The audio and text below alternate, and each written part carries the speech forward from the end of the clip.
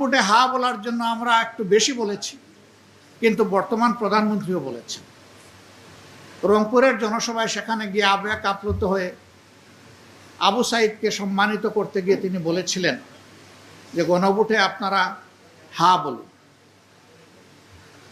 আমরাও বললাম, তারাও বললেন, একমত হলাম গণভোটের রায় যদি হায়ের পক্ষে বিজয়ী হয় তাহলে যে দলই সরকার গঠন করবে বা জোট সরকার গঠন করবে তারা গণভোটের রায় বাস্তবায়নে বাধ্য থাকবে।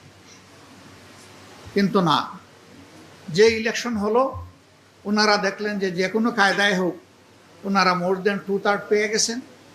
এখন ওনারা ভুলে গেলেন জনগণকে যে তারা ওয়াদা দিয়েছে।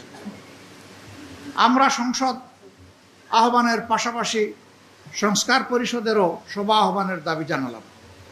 আমাদের দাবিকে তারা গ্রাহ্য করলেন না। পরে আমরা নোটিশ দিয়ে সংসদে আলোচনা করলাম।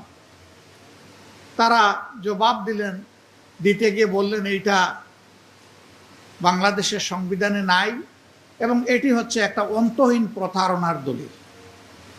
আমরা সংসদে জানতে চাইলাম এই অন্তহীন প্রতারণাটা কে করলো, কি করলো, এটার কোনো জবাব পেলাম না। কিন্তু বেশি দিন সত্য চাপা পড়ে থাকে না। সেই সংসদে দাঁড়িয়ে একই ব্যক্তি আবার বললেন যে যদি ইলেকশনটা না হয়, অর্থাৎ আমরা ক্ষমতায় তাড়াতাড়ি না আসতে পারি, এই ভয়ে তখন আমরা সব কিছু মেনে নিয়েছি। কি হলো তাহলে? প্রতারণাটা কে করলো? এখানে দাঁড়িয়ে অনেকেই বলে গেছেন যদি প্রতারণা বলতে হয় তাইলে তারাই জাতির সাথে প্রতারণা করেছে।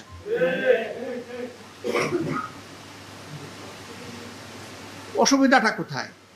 এটা মানছেন না কেন?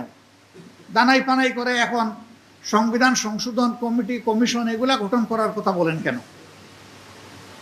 এর উদ্দেশ্য ইতিমধ্যে স্পষ্ট হতে শুরু করেছে। গুম কমিশন বিলুপ্ত করা হয়েছে, পরে তারা একটা আবার আইনের পক্ষে পাশ করতে যাচ্ছেন। অনেকটা বিড়ালের হাতে গুস্ত পাহারাদারির দায়িত্ব দেওয়া। অতীতে এই গুমের কাজটা কারা করেছে? নিঃসন্দেহে দেশের বিভিন্ন বাহিনী এবং এজেন্সির লোকেরা করেছে। এ ব্যাপারে কারো কোনো সন্দেহ নেই। এখন এইটার তদন্ত করবে পুলিশ। বুঝলেন এবার বিষয়টা? মানে গুম হয়ে যাওয়ার পরে আর তার কোনো হদিশ খুঁজে পাওয়া যাবে না।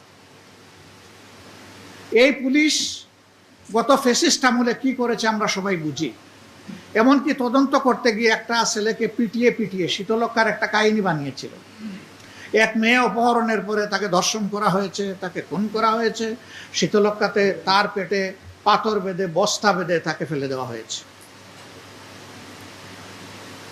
তার এই স্বীকারোক্তিমূলক জবানবন্দি নেওয়ার মাত্র 17 দিনের মাথায় এই মেয়ে তার বাপের কাছে ফিরে আসলো। এখন এই পাথর বাঁধা মরে যাওয়া মেয়েটা আসলো কি? মানে ওই যে তখন একটা কথা ছিল যে আমরা যা বলবো তাই সত্য, সুতরাং মিথ্যাকে কিভাবে সত্য বানাতে হয় আমরা এটা জানি। নিশ্চয়ই তার উপরে এমন অত্যাচার করা হয়েছে যে সে তার ভাইকে বাপ ডাকতে পারে।